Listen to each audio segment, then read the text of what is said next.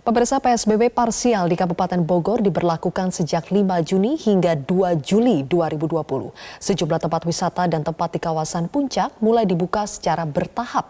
Padahal sebelumnya Gubernur Jawa Barat melarang tempat wisata kembali dibuka. Untuk penjelasan selengkapnya, kami akan bertanya langsung ke Bupati Bogor, Ibu Ade Yasin. Selamat malam, Bu Ade. Selamat malam. Bu Ade, bagaimana sebetulnya kebijakan terkait dengan operasional tempat wisata di masa PSBB parsial Kabupaten Bogor? Ya, di masa PSBB parsial sebetulnya tempat wisata ini belum kami buka, Mbak.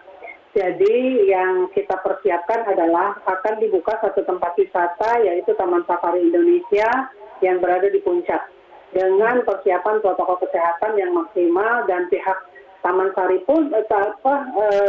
Safari pun mengajukan proposal kepada kami dengan penerapan protokol kesehatan dan sudah kita kaji, dan ternyata ini karena memang tidak berhubungan langsung antar pengunjung sehingga ini bisa dipertimbangkan untuk dibuka oleh kami. Jadi nanti dari mulai pintu sampai masuk itu kan pengunjung itu hanya ada di mobil, tidak ada karena di Taman Safari kan biasa melihat binatang dan pemandangan alam, jadi hanya wisata yang memang penumpang itu ada di mobil, dan tempat wisata yang lain seperti kolam renang dan taman hiburan anak pun tidak diperbolehkan untuk dibuka, termasuk juga show-show yang ada di Taman Safari seperti biasanya tempat berkerumun itu tidak bisa dibuka.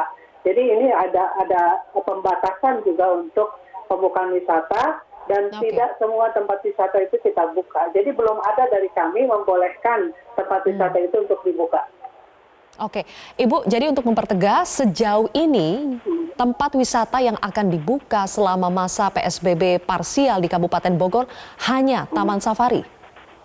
Betul, betul. Hanya satu Taman saja Safari ya? saja satu saja karena menurut protokol kesehatan ini sudah bisa, dan kita lihat alurnya pun sudah sangat aman untuk pengunjung.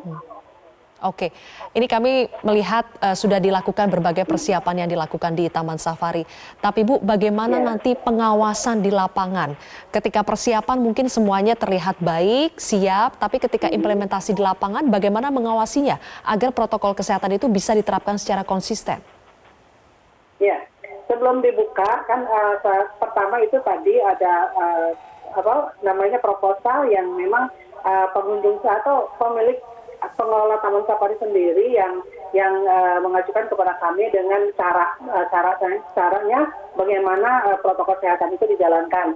Lalu dari kami pemerintah daerah ada gugus tugas yang memverifikasi apakah layak atau tidak, ataukah sesuai dengan protokol kesehatan atau tidak. Dan setelah itu diputuskan bahwa ini layak, lalu silakan dibuka. Tapi selama dibuka pun itu tetap dipantau. Jadi tidak boleh ada pelanggaran, ya terutama pelanggaran terjadinya berkerumunnya orang. Termasuk juga tempat-tempat makan. Tempat-tempat makan boleh dibuka tetapi dengan kapasitas 50% dari kapasitas sesungguhnya. Jadi tempat duduk harus diatur dan lain sebagainya. Nah, mungkin daya tarik itu kali ya yang akhirnya mengundang masyarakat untuk berkegiatan atau datang ke Puncak untuk bermain-main ataupun untuk mungkin wisata. Jadi kami juga perlu koordinasi dengan pihak keamanan kaitan dengan arus lalu lintas yang cukup padat. Betul. Jadi nanti kita akan terapkan. Jadi kami juga sudah berkomunikasi dengan PHRI, karena memang kalau hotel itu tidak kami tutup, tidak ada perintah tutup dari kami. Yang penting menjaga protokol kesehatan dan melayani tamu hanya dari kamar gitu. Tidak ada kegiatan di luar. Nah, untuk itu kami sudah ngobrol juga dengan Pak Eri bahwa untuk yang ke jalur Puncak, nanti kan setiap akhir pekan, Sabtu Minggu itu biasanya ramai orang untuk berlibur ke Puncak. Jadi ada penyekatan seperti yang dilakukan sebelum PSBB parsial ini.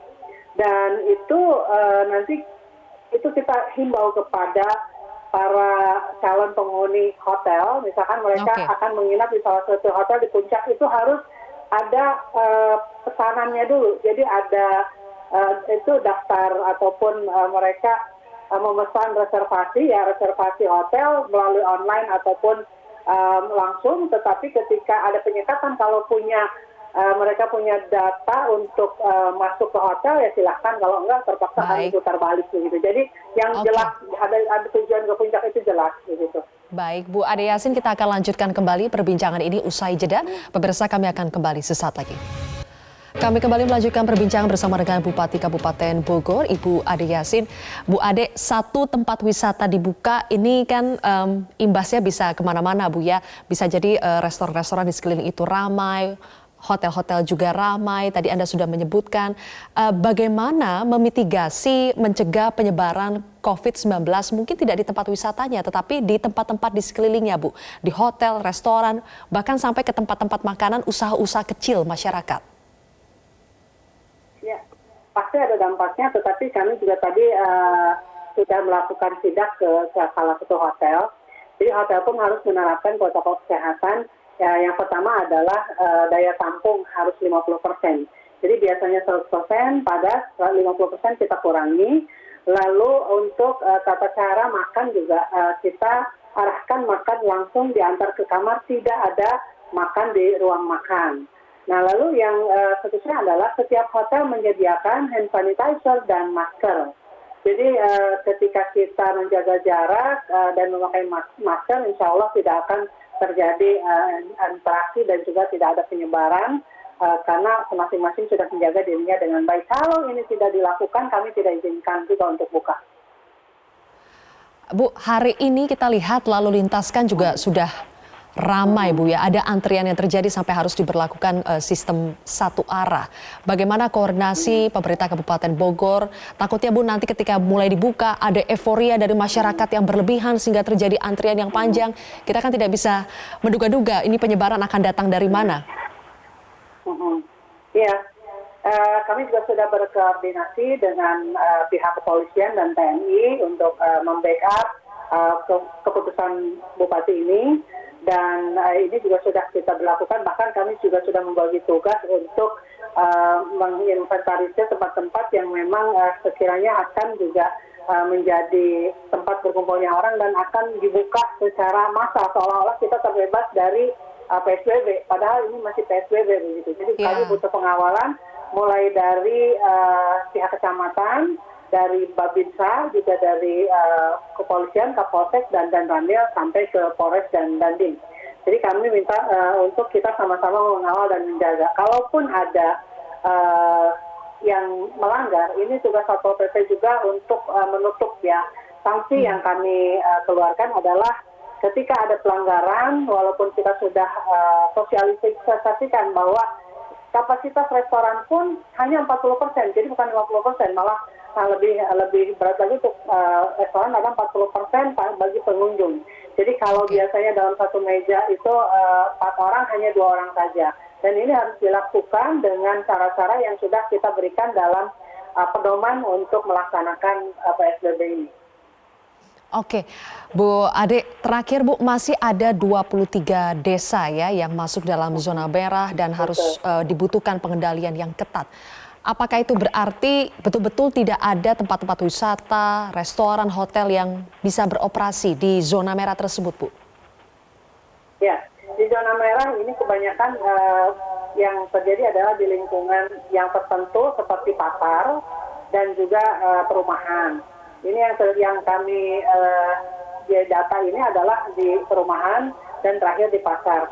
Jadi kalau misalkan di 23 desa dan kelurahan ini, kita lebih kepada peningkatan Satgas dari RT RW. Satgas RT RW menjaga lingkungannya agar tidak juga setiap saat orang masuk ke situ dengan gampang. Mereka sudah melakukan pengamanan di wilayahnya masing-masing dengan men-screening orang yang masuk. Dan untuk di pasar pun, karena kluster pasar juga cukup tinggi positifnya, untuk kluster pasar tidak boleh ada yang masuk pasar tanpa masker. Dan di depan pasar, sebelum masuk pasar itu harus ada protokol kesehatan. Jadi kalau tidak melakukan itu, kita tidak juga izinkan pasar itu untuk melakukan kegiatan. Baik, Ibu, mudah-mudahan pengawasan di lapangannya bisa betul-betul ketat dan disiplin ya, Bu. Terima kasih Bupati Kabupaten Bogor, Ibu Ade Yasin telah bergabung bersama kami di Prime Time News.